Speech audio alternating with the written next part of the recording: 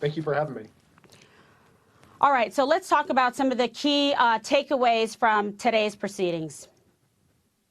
Well, I would say that all week this case has proven to be what we expected, which is a political show trial. As you said, we have this biased Democrat judge who donated to an anti-Trump January 6th PAC, and now she's presiding over an anti-Trump January 6th trial. She refused to recuse. That's reversible error on its own, as you know, Kimberly.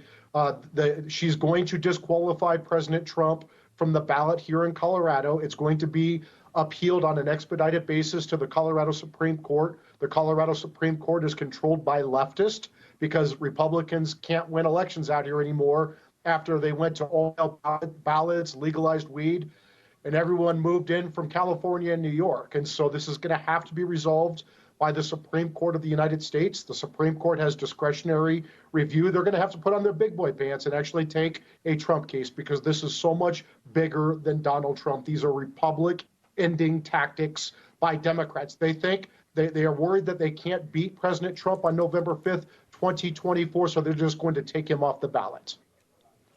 Well, that's the problem here. So we're running some kind of banana republic, renamed the United States, the Republic of Venezuela or something else. It's absolutely outrageous. I think it is impossible to intellectually reconcile this in any other way than to say this is election interference ahead of the game for the 2024 election to try to jail, imprison, financially bankrupt or take off the ballot the top political opponent for the corrupt Biden administration.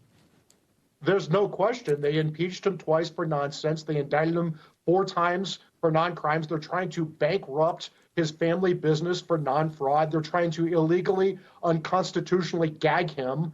And now they just want to throw him off the ballot. I mean, the people, the Democrats who pretend like they're protecting democracy sure have a strange way of doing it. Unbelievable. Mike, I'm going to ask you to stand by for a moment here because we're going to bring in General Counsel at Save America and the legal spokesperson for the 45th President of the United States, Alina Habba. Alina, thank you for being on the program.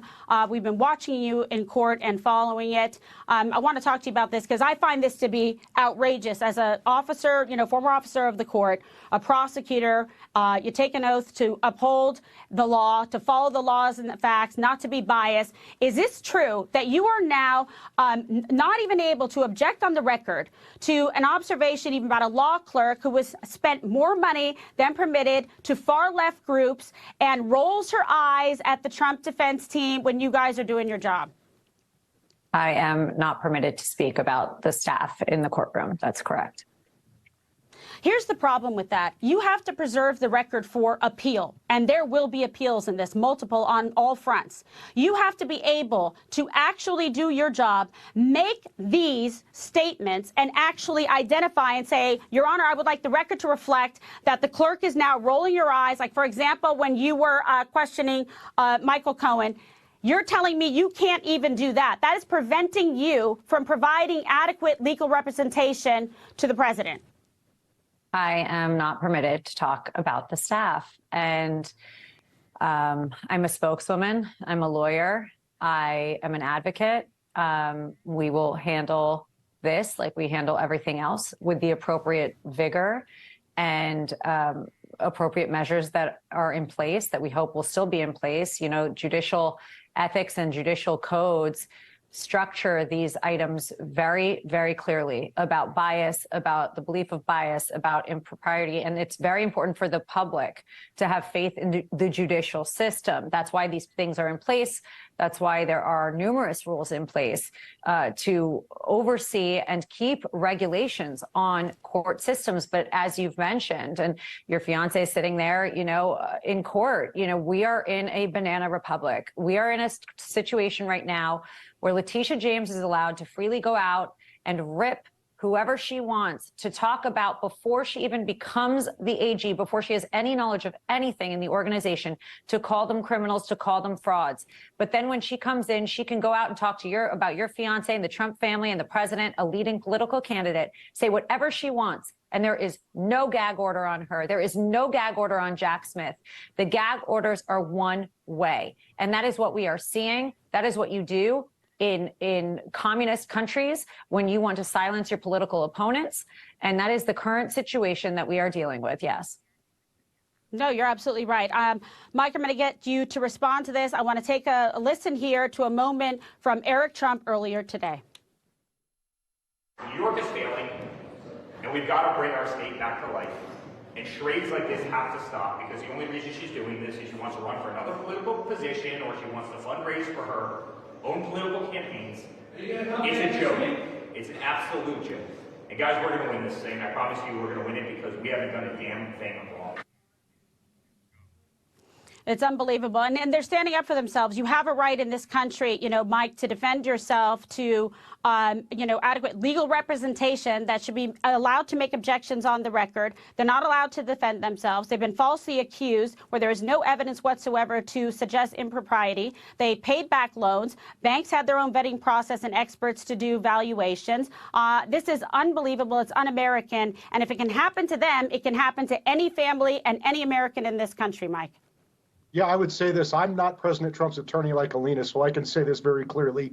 This is outrageous that these obnoxiously partisan prosecutors and judges and court staff and juries and these Democrat hellholes like New York, D.C., and Atlanta think that they get to decide the next presidential election instead of the American people. These people are shameful, including that judge and his clerk in New York.